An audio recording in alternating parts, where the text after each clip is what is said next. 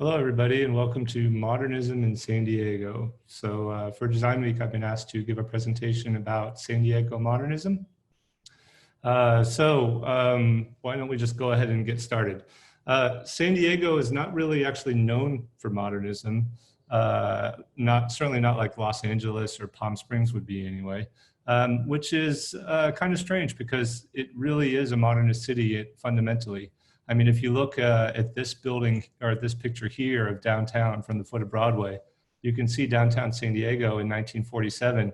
And there already were some modernist buildings there. But look at how much growth happened just in the next maybe 15 years or so from that. You can see that it really came into its own as a city in the post-war period. And in that period of time, right after World War II, is really when most of the modernist architecture of any interest really got started in earnest. There is plenty to talk about. One of the buildings, kind of an interesting building, a case study, is the El Cortez Hotel, which was built in 1927. And it's kind of an Art Deco Spanish hybrid building. Interesting, and it actually kind of looks quite similar to this right now.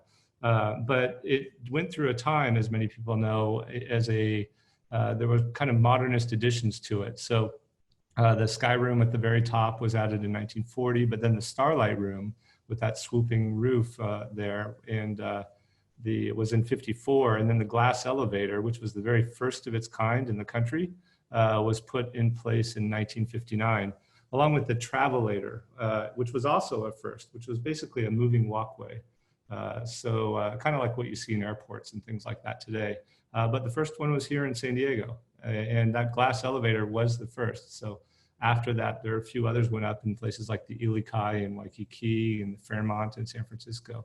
But San Diego did have its firsts, and I even found a newsreel about that, which I'll show you in a minute. But there's an interior view of the Starlight Room.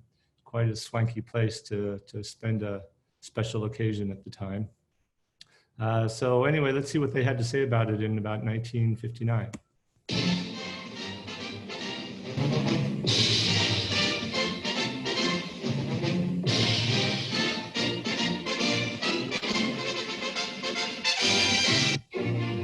Hottest hotel news in light years. From San Diego, where this cute little space cadet pilots an elevator that's designed for outer space, an all-glass exterior elevator that zooms up the facade of the El Cortez Hotel 15 stories to a rooftop ballroom.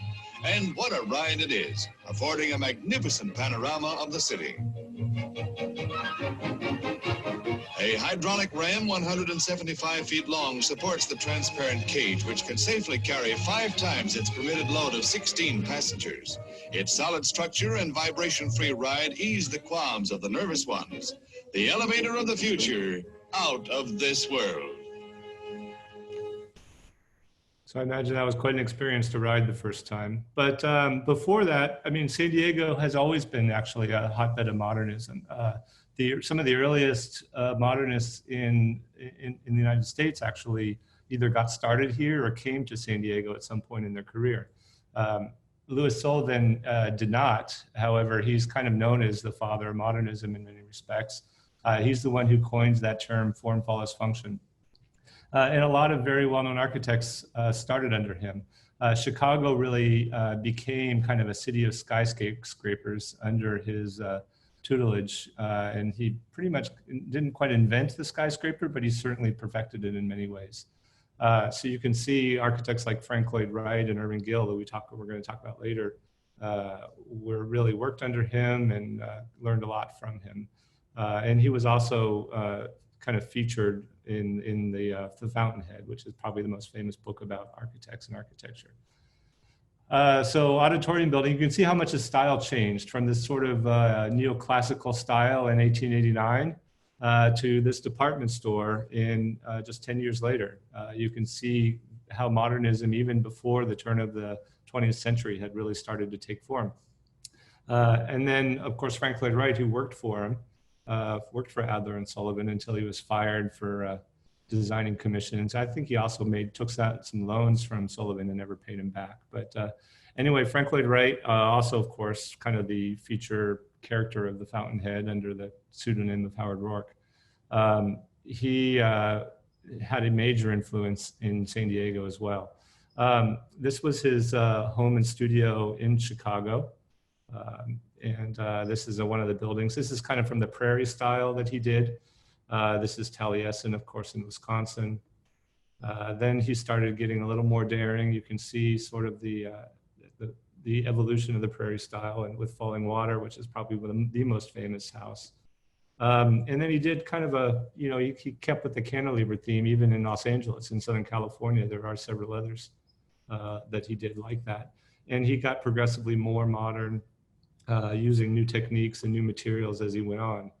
This is in Racine, Wisconsin, with Johnson Wax. And then just at the very end of his career, his homes looked very similar to what we would see today for a modern house with the Usonian period. Frank Lloyd Wright didn't design anything for San Diego, or he did design some things for San Diego, but none of them were built.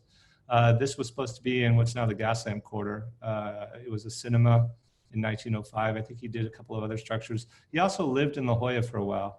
Of course, he was hiding out from his wife, his estranged wife, with his mistress at the time. That didn't go very well. But then he was actually married to this mistress in Rancho Santa Fe while he was out here. So all's well that ends well, I guess. One of his students was Irving Gill, who really was, I guess, considered probably San Diego's first modernist. He moved to San Diego to start his own practice in 1893. He had worked for Adler and Sullivan as well. And he was working on Balboa Park, but he didn't really get along well. He didn't really like that style. And he quickly, he moved on. But here's one of the, or if not the first modernist structure in San Diego. This is at the site of what's now Scripps Institute of Oceanography. You can kind of, the water tower is no longer there, I don't believe, but the building still is. And it doesn't necessarily look very modern by today's standards, but it certainly was at the time.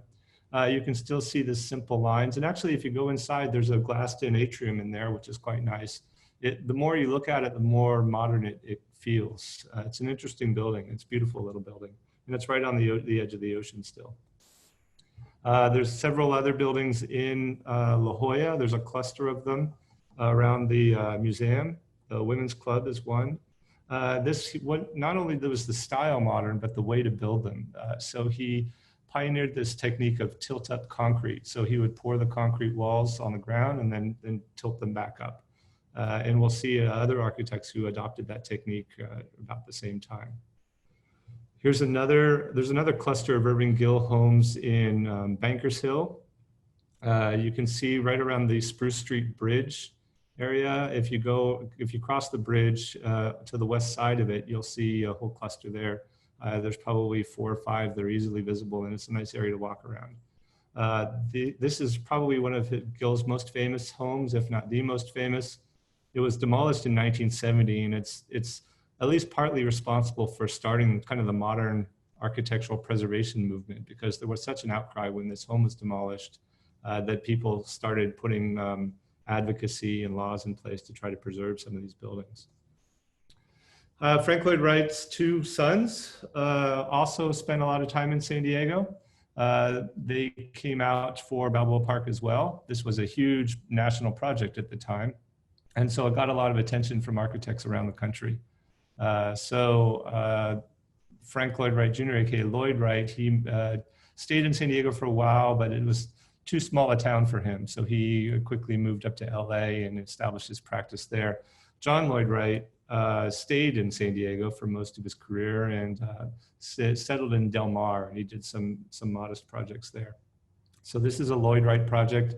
It's been in a lot of movies and television commercials, as you've seen. This is up in LA. This is in Long Beach or San Pedro area. Lomas, Palos Verdes, actually. Beautiful building. This is more of the John Lloyd Wright style, which is in Del Mar. Kind of modern, very simple, modern, kind of organic. You see a lot of these sorts of homes that he designed in those hills in that area, and also in the Point Loma, in the wooded area, and along Sunset Cliffs like this one. Another acolyte of Frank Lloyd Wright, he was basically Wright's right-hand man for a long time, was Rudolf Schindler. He came out to Los Angeles to manage a lot of the Wright buildings there and was managing Wright's office in general while he was in Japan. So the Barnstall House, or the Hollyhock House as it's called in LA, was one of the projects that Rudolf Schindler did as a project architect for Wright. The Ennis House is, you might have remembered that from Blade Runner, and it's kind of the Mayan tapestry block style as well. Schindler also had a hand in that one. In his own home, he did these tilt-up concrete walls, very similar to what Irving Gill was doing. So he clearly got some ideas from there. He used this technique. He kind of adopted sort of a Japanese style with these concrete walls and wood screens, sliding screens. It was very primitive inside. It was almost like camping. No insulation to speak of. He'd come from Austria and from Chicago, essentially, and to him, it didn't get cold in Southern California. You didn't need insulation. In fact, all the bedrooms were on the roof with no insulation at all. But there's another example of that. And here's in his house at the time, Schindler with Dion Neutra, his wife, and his son, and Richard Neutra are there standing next to him. So more on him in a minute. But before we get to them, you can see that example of what Schindler was doing in Los Angeles right here in San Diego. This is in La Jolla, Pueblo Ribera, which it remarkably was done in 1923. I think most people that would walk past it would never guess that. But this is also tilt-up concrete walls. The concrete is in quite poor state. I mean, they've tried to restore it, but at the time, nobody really knew how to make concrete. Schindler just used sand from the beach at Wind and Sea and didn't really take out the salt or anything. So the concrete started to corrode and crumble pretty quickly, but the idea was there. The buildings are still there. They're these tiny little sort of conjoined loft spaces. It's very primitive, very similar to what he did in Kings Road, but kind of cozy in its own way if you're into concrete like I am. But we'll talk about more about that later. Here's another Schindler building in Newport Beach or Balboa Island area, peninsula. And then Neutra, who came out to work in the US based on an invitation from Schindler. And they shared Schindler's house in LA for a while until they had a bit of a falling out. I won't go into that now. But one of his most famous buildings is in Palm Springs, the Kaufman House. But he did a few homes in San Diego, including the Bond House here, which is in Alvarado Estates. That building with the spider leg in the foreground was done by his son, Dion. But the building is this house is in remarkable shape, very much intact, and the owner knows what they have and they're very much appreciated. Here's a memorial chapel on the Marine Corps Air Station in Miramar. If you can get on, it's still there, pretty much intact, but that reflecting pool in front was removed, as they tend to get removed over time because no one wants to keep them up. So beyond the first modernists who we just talked about, then the next wave was kind of the Taliesin Fellows. So in 1959, Frank Lloyd Wright died. And a lot of those who worked in Taliesin either basically left at that time or they'd left before that and kind of settled in San Diego. As I mentioned, Wright was also a fan of San Diego, and there seemed like kind of an open territory to go develop an architectural practice because there was no real defined style here, and it was less crowded than LA for that sort of thing. So some of those Taliesin fellows, some of those people that had worked under Frank Lloyd Wright and learned under him, some of the more prominent ones were Bruce Richards, for example, who was really established primarily in La Jolla. He adopted a very organic style. This is one of his earlier projects before he had his own practice. These buildings are still here. You might have seen them on the corner of Turquoise and La Jolla Boulevard, I guess it is, on the very southern edge of La Jolla. Feel free to walk around them. I think they're great buildings. They've kept up pretty well too. They've just been repainted again. Bruce Richards' style tends to be these sort of peaked roofs. They're sort of flat with the peak in the middle. So as you're driving around, you will see evidence of this. For example, there's a little rec center up in Claremont that is one of his buildings. And there's a house just at the bottom of La Jolla Shores there that you can see that's his. You'll see them all over town if you know what to look for, and they're easy to spot once you kind of look for this trait, because he did this quite a bit. This is one of his at the edge of Point Loma, just almost at the sub base at the edge of Rosecrans there. Laurier was another one who was raised in Point Loma. He attended Taliesin for a very short time. Wright was a pacifist. He didn't believe in the war. He tried to discourage Crane from going, but he left anyway, and he was a pilot in Pacific Theater. Then he came back, and he also served in the Korean War, but then he went to USC, and then he remained in San Diego. This is one of his houses. This is still intact in La Jolla, in Muirlands, and over Mount Soledad. That's the rear of it. You can see for example, there's a law building by him just off of, I think is it Marina? I can't remember, just off of the freeway near the airport. You can see it easily from there. It looks very similar to this. Another building in Claremont. You can see the Wrightian influence here, sort of the almost kind of prairie style, 1950s style. This is an old theater in Mission Valley that no longer exists. He liked his triangles. This is kind of a surprising building. I didn't know, it surprised me to learn that Laurier had done it, because it seems much more like Mise and more international style, but this is probably a building that everyone who's in San Diego has passed at least 1,000 times. If you take the airport, the Kettner or Sassafras exit, and you drive right past it on the way to the airport. Fred Liebhardt was in La Jolla. This is his office with Liebhardt and Weston, which is still there, still intact, in beautiful shape. This is just in near the Bird Rock area. And Marine Research Library, one of his later projects, which he did in Scripps Institute. You can see how he tilted that building to kind of blend in with the hillside. So brutalist perhaps, concrete, but still looking to sort of blend in with nature in some respects. Hyde Islandia, these pavilions that he designed floating on the water. Here's the Ucsd Gym. This is over in Muir College. And one of my favorite buildings is the pool, the Natatorium, which is just behind the gym. This structure is a concrete and wood structure with this glass bifold roof, and it's really extraordinary. It's a little gem. Kenneth Banks Kellogg, who didn't go to Taliesin, he was offered a position, but he declined to do so. Ken's still doing a lot of great work here in San Diego.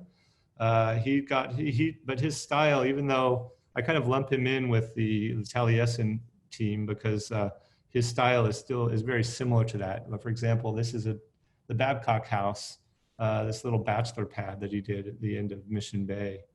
Which is very Wrightian to my eye. And it has kind of a Tiki influence too, which is kind of interesting. But this is the other side of it that faces towards the bay. You can definitely see the Wrightian influences there.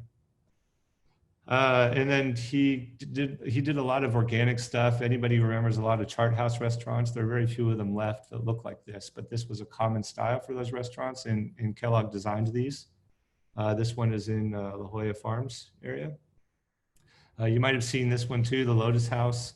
It's been for sale a few times recently, and this is just off of La Jolla Scenic Drive up by UCSD, heading towards Mount Soledad from on La Jolla Scenic. You can see it.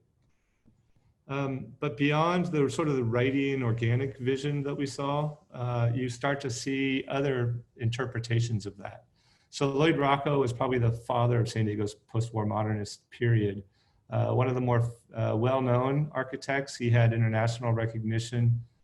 He also kind of took on a sort of a godfather role. He encouraged and sponsored a lot of other architects. He had some falling out with some of them, but he started, for example, several buildings like the Design Center, which he meant kind of as a co-op or communal place where architects could share resources such as, draftsmen, administrative or whatever, but have their own practices and group everybody into this design center, which he started in '49, which is a very innovative concept at the time. And this building is still there, just on Fifth Avenue near Hash House of Go-Go, if you're familiar with that area, and near Hillcrest. But a lot of people will pass by it and not give this building a second thought, but you really should stop and get out of your car and go around to the back, because that's where the real show starts. I mean, these sort of Japanese stacked pavilions with these wood-framed glass sliding doors and windows that are kind of suspended in the trees, are really something. And it's quite interesting to see the different geometry and the stacked shapes of them. In a similar style, you can certainly recognize some of this style if you see the IGPP, which is also at Scripps Institute. And you can notice the sort of the Japanese influence, the organic influence with the big beams, the wood beams, the sort of the screens, the Shoji screen look. And let's see, this is the same building looking, it's kind of cantilevered over the side of the cliff there.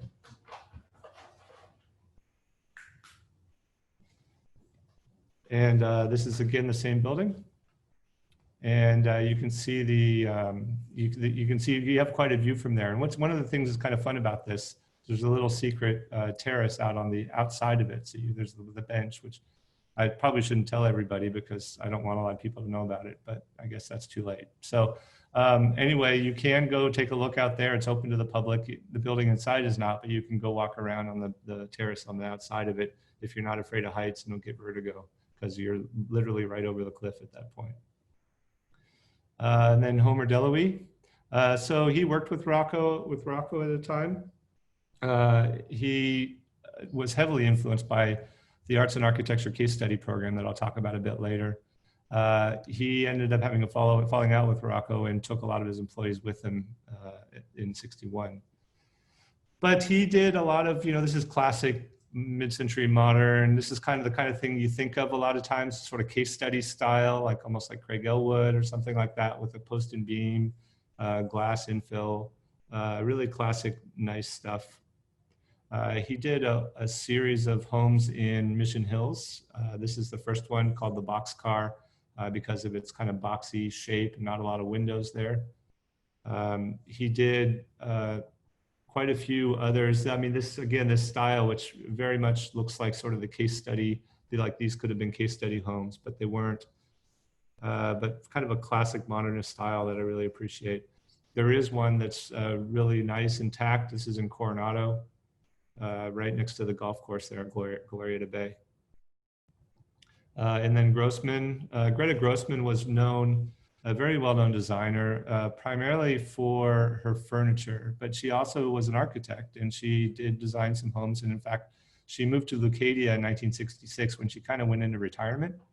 And then she basically just stayed there the rest of her life. So there is one of her homes, believe it or not, in Leucadia still to this day. But she really didn't seek fame at that point, and it's not very well known. This is kind of her classic style. She liked to put things on stilts. She liked to kind of float structures over voids. This is her house in 57. This is up in LA. This is not the one in San Diego. I do have some photos of it, but it's so overgrown right now that they're not really, it's kind of hard to see much. But this is some of her furniture. That lamp on the right there, the grasshopper lamp is probably one of her most well-known pieces, if not the most well-known. And then Robert Delaurier. Delaurier was also a bomber pilot. You'll notice a lot of people, a lot of architects in that time period had their kind of education or careers interrupted by the war. A lot of them benefited from the GI Bill. When they came back, they were able to go to architecture school and get their degree or finish their schooling. And a lot of them had gained some experience as draftsmen or as architects working in shipping, building ships and during the war. But a surprising number of pilots and that sort of thing as well. But what Robert Delaurier was known for was churches. He did design quite a few residences and other buildings as well, but he became known kind of as Mr. Church, especially after designing this one in 1960, which got him international recognition with a National Honor Medal from AIA. And this one was heavily inspired by Le Corbusier's Ronchamp in France, which had these really thick walls and kind of this organic shape, thick concrete walls with these sort of inset stained glass pieces, very similar to what you see on the walls there. He did these hyperbolic paraboloid roofs. You can see like these sloping roofs. And that got so much attention that he immediately got all kinds of commissions, especially in San Diego, but also around the country, designing churches elsewhere. This one is in City Heights. The previous one was in Santee, by the way, Carlton Hills. This is in City Heights area. Now you can see that spire on the left there, which looks kind of funny. And the reason is because it used to be much, much, much taller. Unfortunately, I guess it started to corrode or something and they just decided to chop it down, but I wish they'd put it back the way it used to be.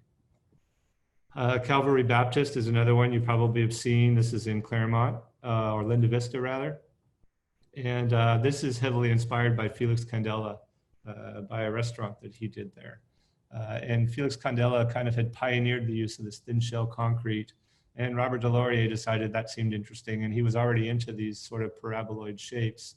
So he thought that it would be fun to give that a try with this church here, which is still there. And they're very nice there. Feel free to go visit. It's usually very interesting to see the insides of these churches. You're usually in for a bit of a treat. I'm not in any way religious, but I always, if I see an interesting church, I always make a point of stopping and trying to get inside, because the insides are usually much better than the outside. The exteriors are, frankly. This one's in Claremont as well. And this is what it looks like inside. I just let myself in one day. The door was open and you can see what looked like just sort of, it's meant to look like a book or like a Bible, I'm assuming, but you see those ridges there, but you can't really, they don't really have much of an impact until you go inside. So it's well worth taking a look. Dick LaRoe is another one who worked quite a bit. He did some work on the stadium, and he's based in Point Loma. His office is still there. He did Point Loma Nazarene, and he did quite a few churches as well, like this one, which a lot of people assume Laurier did, but this is actually Dick LaRoe. And this is in Pacific Beach. And you probably have also seen this building around. This is in Mission Bay Park. This is the old visitor center, which has been unused, disused for a while now. They were threatening to put a tiki bar in there for a while, but I think the people who wanted to do it backed out, and it's still awaiting something. So here's the other side of it. Here's Point Loma Nazarene. This is an old photo. Sorry, I forgot to credit this one. This is kind of this is looking at it from the other side. That round building that you see in this shot is gone, unfortunately.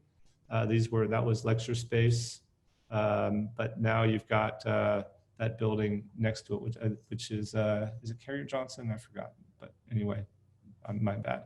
But anyway, you can see the columns here. This building here hasn't changed in the foreground. It was just renovated. And this is another LaRoe building. This is the library.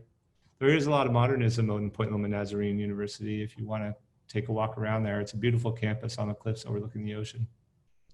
Henry Hester was a bit of a playboy. He looked like a lot of fun. I met him once. He was a little grumpy at the time, but he seemed like he must have been pretty fun at the time back in the day.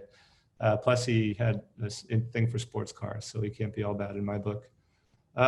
Anyway, he was kind of known for making modernism accessible. He had a large client base in La Jolla, and he worked with a lot of commercial clients as well. One of his most famous buildings, though, wasn't in La Jolla. It was in Bankers Hill or Hillcrest area. This is on 6th Avenue. You've probably seen it, the Salomon Apartments. What this big cube on top here was his penthouse, the penthouse of Colonel Solomon, rather. And then the rest of the units were all rentals. A lot of crazy parties were hosted there. This is Henry Hester building at La Jolla Real Estate Brokers. There's a lot of interesting history in La Jolla as a separate entity. I talked about this recently on Instagram about the reason why the Real Estate Brokers Association, a separate one, exists in La Jolla is because of the covenants, which at the time banned Jews and blacks and other people of color and minorities from even owning homes in La Jolla. And part of the way to enforce that was through the Real Estate Brokers Association, who had the realtors kind of screen the people and steer them out of the community if they didn't meet the criteria. And there were actually in the sales contracts provisions about that as well. And that's one of the reasons why there have never been lawn signs in La Jolla and things like that. So this building was built for this independent entity, the Real Estate Brokers Association. Of course, today that's obviously no longer the case. The people in there are really nice, really sweet. Don't yell at them. They're very friendly. If you want to take a look inside the building, There's no, there's nothing ill-toward going on about that right now. So I would encourage anybody to go take a look. One of the things I love about this building is just the picture windows, the glass windows here in this conference room, which are just so out on display in such a typical mid-century modern thing. I just love it. It really reminds me of Jacques Tati in Playtime. I don't know if you guys have seen this movie, but there's a scene where Mr. Hulot was walking down the street and he comes across this apartment building where all these apartments have these huge picture windows right on the street. And he looks at it kind of like a cinema or TV. He's just moving from window to window and watching the scenes and take place inside until he gets invited in, and then he gets kind of sucked into it. But that's what this kind of reminds me of. You can just imagine just seeing scenes as you're walking past down the street. You can see everything going on in that conference room. Henry Hester did this building too, the Jerome House, which is just at the beginning of Prospect. You can see a little bit of City House by Ken Kellogg next to it on the left, by the way. This is a home in Del Mar he did with his partner Jones. You might know this building, but might not recognize it in this guise. But originally, this is now the Airport Administration Building. It was known as the commuter terminal for a lot of years. Prior to that, it was the PSA building with aircraft hangars in the back. And then PSA closed, obviously, but Henry Hester designed this one as well. It's right on Harbor Drive. And then there's the American Housing Guild, which was a lot of people have heard of Eichlers, which were sort of tract homes for the masses designed in a modernist way. So AHG did a lot of the same things, and they used Henry Hester, they partnered with Henry Hester to design a lot of houses to create these sort of modernist tracts, very similar to Eichlers. There are some examples of these. There are a few of them in Linda Vista. There are a few of them in Kearny Mesa and Claremont Mesa. So if you like off Charger Boulevard, for example, there's a whole group of them. There's some right next to Mesa College in Linda Vista, down at the bottom of in that canyon there. If you want to take a look, there's some that are really well intact, and the owners clearly know what they have in some cases. This is the rear of one of them. These are Schulman photos, I believe. There's an interior. So speaking of that, Henry Hester was certainly one of the architects who tried to bring modernism to the public and not just make it the domain of the elite. Arts and Architecture, and John Intenza's publication in the post-war period, was really trying to do the same thing. There was a housing crisis as people were coming back from the war and the baby boomers were all having kids. There just wasn't enough housing. And so the country was pretty much obsessed by housing at the time and creating sort of the suburban dream, and everybody wanted their own piece of land and their own house. So that's when all of these tracts got developed or started to. You had people like Julius Schulman sort of capturing this new lifestyle with these open, breezy homes, unlike the pre-war homes, which were all craftsmen or Victorian, and they all had small rooms and they were dark. And so this idea of like creating this sort of mythological lifestyle where everything is open and airy and accessible. And obviously these are not homes for the masses, but these were, the general public was looking at these homes and these publications like Arts and Architecture and wanting to create something or wanting to own something like it in a smaller, more modest tract form. This is the Bass house. Sel Bass was sitting in that chair. He's the graphic designer who did like the Man with the Golden Arm, the credits and things like that. He's kind of well known. So anyway, those case study homes, the case study magazine commissioned architects to create homes which were meant to be kind of experimental and in many cases inexpensive homes. So there are 3 of these case study homes in La Jolla up on the top of Mount Soledad on Ruta Ann. 2 of them are intact. The one you see there with the white one has been turned into a French mansard roof monstrosity, but the other 2 are pretty good. And these were meant to be part of a tract development, actually, but the tract went bust, and there are only the 3 models left that are still there. I keep putting myself in photos when I can't find anybody else to stand there, so apologies for that. But anyway, these are known as the Triad Houses. This is probably the one that's closest to the original style. And then, of course, you know about Eichler's. Everybody seems to know what Eichler homes are, and they assume Eichler was the architect who designed them. He wasn't. He was just the developer, and he hired architects, in many cases well-known architects, to design the homes for him. A lot of people in San Diego assume that there are Eichler homes, and I get people probably weekly telling me they live in an Eichler in San Diego. That's not true, however. There are no Eichlers in San Diego. The closest ones are in Orange County. However, as you saw with the American Housing Guild, there are lots of homes in San Diego that look like Eichlers, or this sort of Eichler style. But he didn't invent it, and neither did the architects who he hired, but it became kind of synonymous with his name. So you see these are from the sales brochure. Ernie Braun took a lot of great photos of Eichlers. And then this one, a lot of you have seen. This is in Orange County. And this particular model was designed by A. Quincy Jones, who was a great architect. Then there's, this one's by Claude Oakland, but this is a new Eichler because some people like my friend Troy Kudlak have actually taken the original plans and built new Eichlers, slightly modifying them to bring them up to current code in Palm Springs. So there's a bunch of them up there. Here's another of the Palm Springs Eichlers. But so one of the architects who designed homes that look like Eichlers, but they aren't, is William Kreisel with his firm Palmer & Kreisel.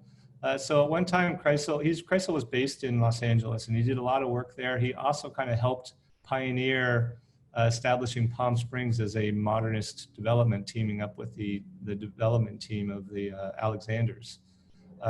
So he's one of the few modern architects that really embraced the idea of working with merchant builders with tract housing. And he did a lot of work in San Diego as well. At one time, he was probably the architect with the most homes that he designed in San Diego, with the largest architectural practice here. His office building was that cube on the right-hand side there of the Loma Star building. You may have seen this. This is on Rosecrans, right next to Liberty Station. This is his wife, Corinne, posing in a photo with Julie Schulman. This is in Palm Springs. So you've seen his style. This is known as kind of a butterfly roof style. A lot of well-known celebrities in the time owned homes, a lot of the Rat Pack, for example, and then here's Steve McQueen with his wife, Neil, in their home. One of the things I find interesting is that in the 1950s and 60s, celebrities were just living in normal, modest tract homes, or they had them in they owned a tract home like a Palmer and Kreisel. That was kind of unheard of, though I think the wealth gap was a lot narrower back then, because it wasn't unheard of for celebrities just to live next door to you or to have a home next door to you in a tract development somewhere. So Kreisel, this is a rendering from the sales brochure of the development in Mount Soledad called Viewpoint North. He did quite a few homes in La Jolla and the Mount Soledad area. You can see this sort of embodies the mid-century modern lifestyle with this glassed in, no insulation, lots of light, panoramic views. You have these upper middle class people having cocktails. This is one of the homes that he designed in San Diego. This is in University City in the tract there. There are a lot of his homes there that are very similar to what he did in Palm Springs. This is another one from University City. And here's what it looks like today. This is in Mount Soledad. This is in the Pacifica neighborhood. So you can see the sort of Eichler style here, even though it's not an Eichler. But most of the time when I hear somebody in San Diego tell me they live in an Eichler, it's probably because they live in a home like this. This is the interior of one. More of the exteriors. This one is in Palm Springs. You can see they're basically the same. Kreisel did a lot of copy and paste, or a lot of adapting his designs with slight modifications to fit particular builders and climates and terrain, that sort of thing. He also did a lot of commercial work. This is an old A&P in Linda Vista that's now a health clinic. And of course, the notorious Coronado Shores that everybody loves to hate. These buildings, along with the one in La Jolla that he did not design, were largely responsible for the establishment of the Coastal Commission and keeping this West Coast to not look like Miami Beach, I believe was how they phrased it at the time. So a few of these got in, and then they put the Coastal Commission in place. And so that's why you don't have towers on the West Coast like you did for these. So these, a lot of people don't like these, but I have to tell you that I've been in quite a few of them, and they're absolutely beautiful inside. And the way they are designed, they kind of maximize privacy while at the same time giving you these panoramic floor to ceiling window views of the bay and the skyline and the ocean. So they're not bad to be in once you're in them. So a lot of people take modernism very seriously. It's sort of known for this, you know, all of these mantras and things like that, and form follows function and that sort of thing. But a lot of people had a lot of fun with it too. It kind of coincided with this idea of breaking with tradition in the space age and coming up with new ideas. And so you'll see things that decorative elements that a lot of people say modernism is absolutely against decorative elements. That's not really true. These fins serve no real purpose, but they certainly look cool. But, and you can see these sort of bifold roofs like this. Used to be the old Broadway and was a May Company at one time in Mission Valley Center. And this was the first shopping center in the area, regional shopping center. So a lot of people wonder what this was. And this building is still here, obviously, and it's been used. It hasn't been used, this part of it hasn't been used in decades, but this was originally the restaurant for the department store. Here's the library. This is in Claremont. You can see kind of the fun colors, sort of these googie style, kind of space age, looks like a diner or something. And then some of you might recognize this building, although it's changed quite a bit. But if you've been on Mission Valley and driven along the 8, you've certainly seen it. It was a bowling alley called the Bolero. And it had all these, this canopy, this in front of it is still there. This is now the Shriners, I believe. It's a Masonic temple where they have like orchid shows and things like that. But a lot of it is, all of the fun stuff has kind of been stripped out of it. You can see all these crazy colors, and it underwent many renovations and new signage and new colors and everything over the years. Now they've just made it as bland as possible. They basically just stripped everything out and try to make it disappear as much as they can, which is kind of a common theme. If modernist design isn't completely destroyed, the owners of the building usually do their best to just try to hide it and just assimilate it, dissimulate it into the rest of the design, almost as if it's shameful. This is, another bifold roof. This is a little googie building. This is actually a mortuary in near SDSU. Tiki. So I have a big soft spot in my heart for Tiki. Now, Tiki is essentially Polynesian, but it's also merging with Googie and modernist design, because certainly it's inspired from Polynesian, but it's its own thing in its own right. Things like flying saucers and large crazy A-frames and things like that were adopted. So Valley High, which is still there, is one of the most iconic Tiki structures in San Diego. But that whole area of Shelter Island had just became kind of established as a Tiki haven. And there are lots of other Tiki buildings around it, that entire area. It used to be entirely Tiki. And the reason for that is because the Port Commission and the Tourism Board tried to establish San Diego as a Polynesian haven when Hawaii was all the rage in the late 50s. After Hawaii became a state in 59, and then so into the 60s, everybody was going to Hawaii, especially when the jet age set in and it was easier to fly there. But a lot of people were stopping over in Los Angeles and San Diego before they'd go hop on a plane to Honolulu from other parts of the country. So the people in San Diego, the tourism board, had this idea that they would establish Hawaii in San Diego to get people to stay there and spend their money rather than continuing on. So that was why there was this whole notion, if you see this, like Escape to Polynesia in San Diego, there were all of these ads in the paper at the time about you don't need to take a 5-hour plane ride to Honolulu. You can just experience Honolulu right in Shelter Island, right here in San Diego. So you can see a lot of restaurants and designs. Now this one here by Arme and Davis, as you can see, they were the ones who did all the Denny's restaurants, for example. All those classic designs, and they did a lot of diners, and they were kind of known as googie, very googie. So it's still there, as you can see. They did cut off that prow, unfortunately. It was a lot cooler back in the day, but termites get to them and nobody bothers to replace them. So this is what it usually ends up looking like. Here's a design by Wheeler, Shelter Island. It's still there. You know, they change the lamps and things and they make them uglier, but overall you can still, if you look through all that stuff, look past all that stuff, you can still see the original design intent. This is Wheeler's office, by the way, which is sort of across the street from Kreisel's office in Rosecrans. You've seen it before, and I mentioned it in the little guide too for the tour. This is at the foot of Shelter Island. This is a liquor store called Trader Mort's. So this is how you kind of the gateway to the Tiki colony. There are other Tiki architecture elsewhere. This is the old, what's known as the Hanoi restaurant or Hanoi Hotel, which is now the Crown Plaza. This is another example of where it used to be quite something. It was an amazing piece of architecture. I loved driving past it, but it over time got stripped away and they've made it as bland and corporate looking and anonymous as possible. There are still Tiki elements in the hotel, but I think they're finally killing the Tiki restaurant that's inside, and bit by bit they're removing parts of it. So it's kind of sad.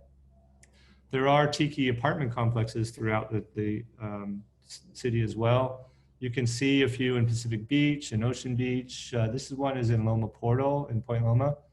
And they don't even have a Tiki name for it anymore, although it used to.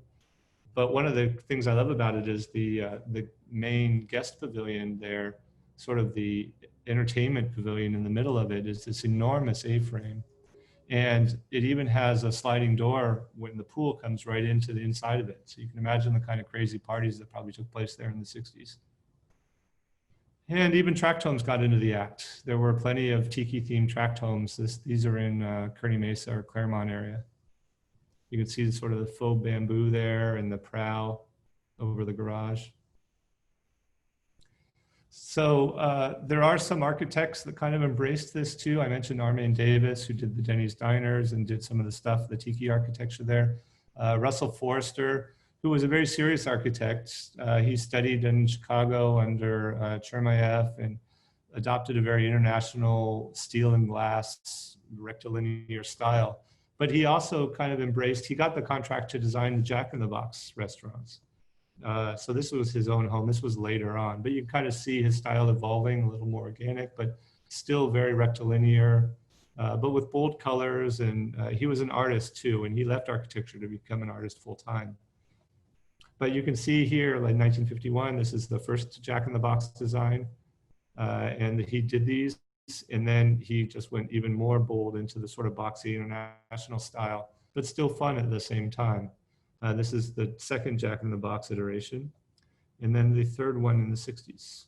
I remember as a kid when there were still a lot of these around, but you don't really see them anymore, unfortunately. Brutalism, a lot of people don't like brutalism, the concrete, the name, all that stuff. But I love it. I love it for its forms, the shadows, the elasticity of it. You can create these crazy shapes and interesting effects, and there's a very visceral effect on people. They either love it or hate it, and I'm in the love camp myself. But certainly the stadium, which has been modified so many times, but you can still see some of the original design elements of it there. In Muir College at UCSD is a concrete haven. It's a great place for concrete lovers, although it's in need of a lot of TLC right now. Some parts of it are kind of crumbling. But see these repetitious patterns, the use of light and shadows, all these things are really hallmarks of brutalist architecture.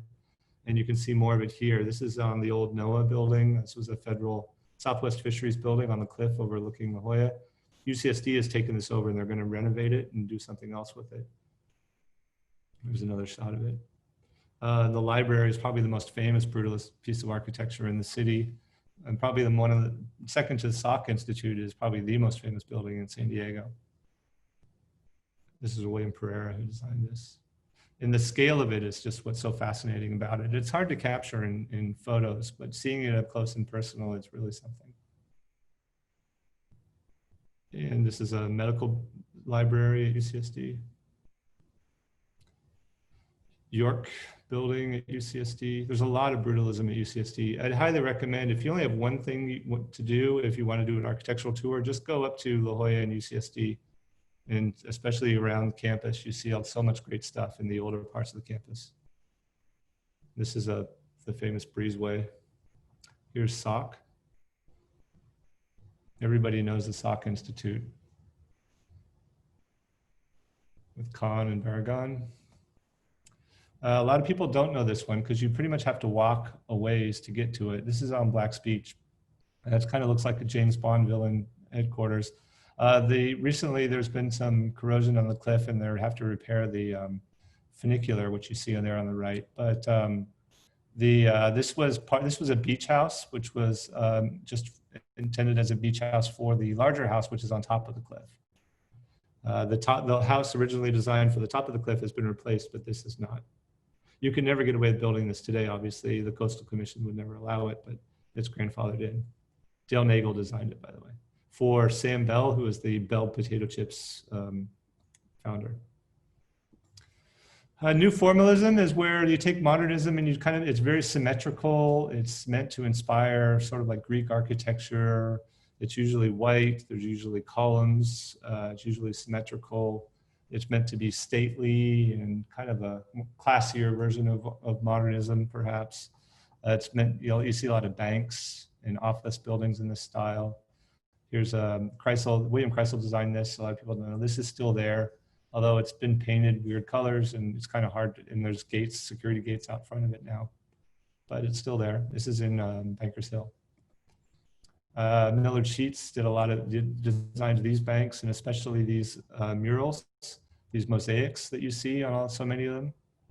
And he had a lot of students. He had a design studio that did these murals, these mosaics, and taught how to do them. These are real treasures because every one of them is different and they're all designed specifically for the neighborhood that they're in.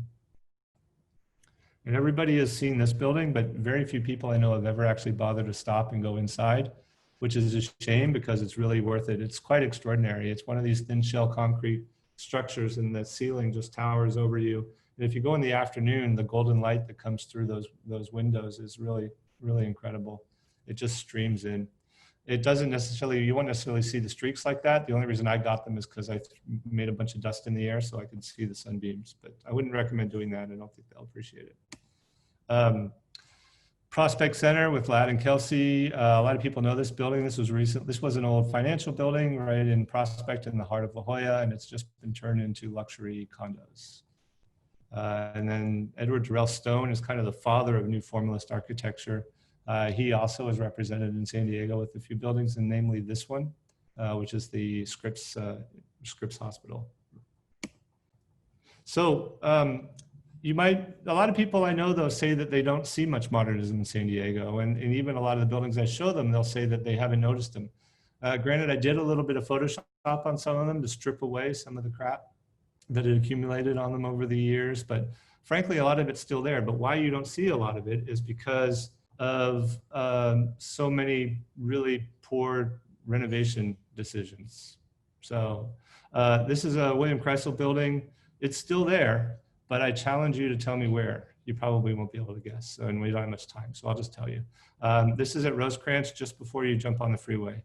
If you're leaving Point Loma to jump on like the 8 or the 5, right where that, like, what is it, like the Rock thrift store and stuff like that is now. So I think that's what this is. So anyway, yeah, there you go. The Rock thrift store. So see what they did. They took out like all the canopies, all the colors, the floating walls, and they painted it all beige. So that's a common theme. You'll see people love to remove color and just paint beige. Everything gets painted beige. This is Loma Lodge is still there as well. You probably don't recognize it because it doesn't look like this anymore. This is also a William Kreisel building, also on Rosecrans. It now looks like this. They decided to make it Spanish. But if you do go around to the back, you see a little bit of some of Kreisel's original architectural details, but the most interesting bits are gone, unfortunately. This is a fun one. The Stardust Hotel. Anyone know where this is? It's still there. I shouldn't be asking because you guys can't respond to me right now anyway. But anyway, the Stardust Hotel, you want to see what it looks like? It's also beige and more kind of a Spanish style, kind of this like really bad shopping center or like bad golf course in the suburbs style to it. But inside, believe it or not, a lot of the original details are still there, like flagstone and the fixtures, and there's little like shopping center inside this hotel, which is still intact. But yeah, it's a shame. I don't know why they decided that this was better than this, but they did. This one's gone completely. This is over in the Tiki colony in Shelter Island. A couple years ago, the owners of the yacht club, with this, which was what this is, decided that this was outdated and too small. So they put up this beauty instead. Yeah, I know. Also beige. You notice the theme here, right? They're all beige. Everything's beige these days. And then SDSU, this was the student center at SDSU. I love this building. I mean, look at those graceful columns. This would be kind of a new formalist building too, if you think about it. Of course, this happened to it a few years ago. And now they've got a Spanish, pseudo-Spanish Mediterranean bulky thing instead. I guess they've got a lot more room that way though. But I don't want to end on a negative note. So just throw a few things out there. There is still architecture out there that's still intact. This is one at Loma Portal. This is a Chrysler building as well. Still there. Still looks just the same. There's lots of little gems like this library in University Heights. And these little compact houses at the foot of Mount Soledad in La Jolla. This one in Del Mar. And this is the other side of it. And there's lots of stuff, lots of homes that are still wonderfully restored and beautifully intact in Mount Helix. A lot of the SDSU professors in the post-war period built their homes on land in Mount Helix area. And a lot of other professionals did too. And so you get, there's probably the highest concentration of great original modernism in San Diego is in that neighborhood. This is a look at the outside of the same building. This is also the same house. This is a Craig Elwood, also at SDSU area. Also not a coincidence because tied to the university professor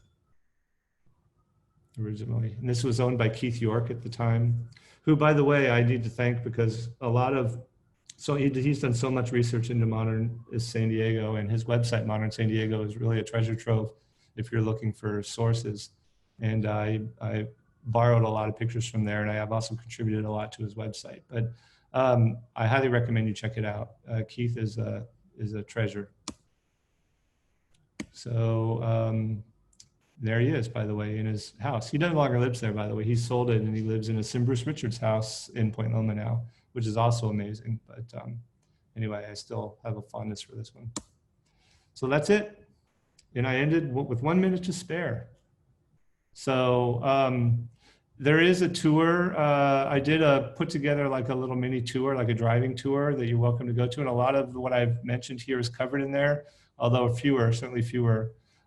There's also a tour that I helped put together with La Jolla Historical Society. You can find the PDF of that map online too. And there are plenty of other resources. And I also mentioned Keith. So anyway, I'm happy to take any questions, or I don't know what we're supposed to be doing at this point, but Leslie, I believe, was going to jump on. I can't hear you yet. Hi. There you are. Hi, everyone. We do have a couple of questions.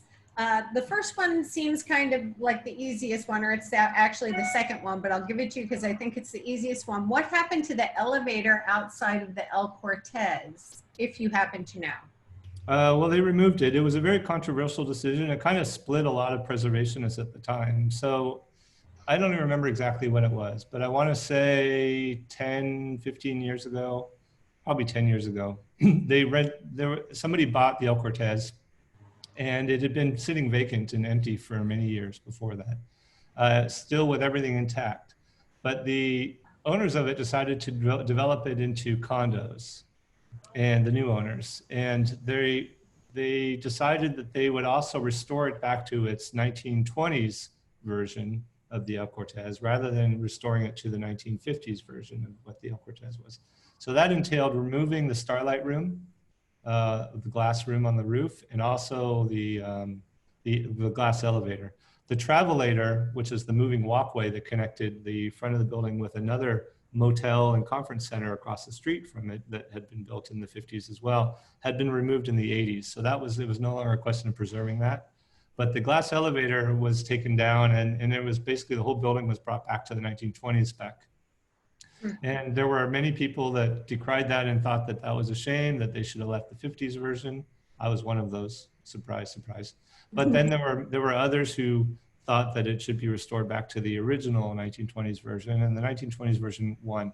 One of the main rationale for that was that it was an Otis elevator, so sure, Otis is still around, but that type of elevator no longer exists.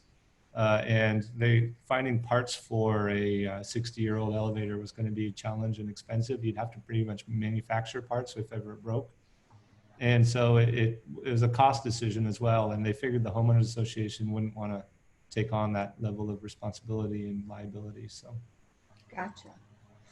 Thanks, Jean. And you asked the right man, clearly. Another question is from Jess. What are the upward trends, or how do you think modernism will evolve well into 2030? Do you have any tips for young San Diego designers? My biggest tip is to just pretend that postmodernism never happened. But I mean, I don't know. I think that there are some architects today that are doing great stuff. I mean, you see architects that have embraced modernist ideas, and it's become kind of popular again, so it's great. So you have people like Nakshab and Jonathan Siegel and Kevin DeFreitas and others that are doing interesting stuff in that area, you know, modernism, and lots of even in commercial properties like Hannah Gabriel Wells and things like that. So that's there. It's certainly out there. I don't know that it's helpful or useful to just slavishly copy whatever was done already. My recommendation would be to embrace the ideals of what the modernists were trying to accomplish, but look at keeping them relevant to today and true to their own design, rather than just trying to do another version of an, you know, like a Craig Elwood or something like that. Right. From Susan Merritt, did Irving Gill design the administration building in Balboa Park? I honestly don't know the answer to that, but I know that he had his hand in designing a number of buildings in Balboa Park that he wasn't necessarily credited for. So, but I don't know, to be honest. I mean, I know probably more than the average guy in the street about Gill, but I'm hardly a Gill scholar. So, and I don't know every building that he designed, even in San Diego. So I couldn't answer that with any certainty. Darren, what was your path towards learning so incredibly much about the architectural history of San Diego? Being kind of an obsessive geek, I guess. Okay, fair enough. Yeah, I mean, I was living in France. I didn't really introduce myself in any way. Maybe I should have, but so I kind of grew up in San Diego. I grew up in Hawaii and then San Diego, and so I spent a lot of my early childhood here and teen years, and then I moved to France, and I graduated from the Sorbonne in history. So I acquired certainly research skills, and I'm interested in history. And I always wanted to be an architect, and I was kind of dissuaded from becoming an architect because I suck at math. And it was only later I realized that many architects suck at math, and that hadn't stopped them, but it's too late for that. But anyway, I decided to start photographing it, but I wasn't content just to photograph these buildings that I liked. I also wanted to learn more about them, so I just started researching more, and then hanging out with the right people and learning a lot that way. Mm-hmm. What was the name of the church in City Heights that you highlighted? Angela and Chris Noble would like to know. Oh, the Calvary Lutheran. There you go. Let's see. We have another one here. What has been the most challenging project to access for photography purposes? I'm sure that's a very long list.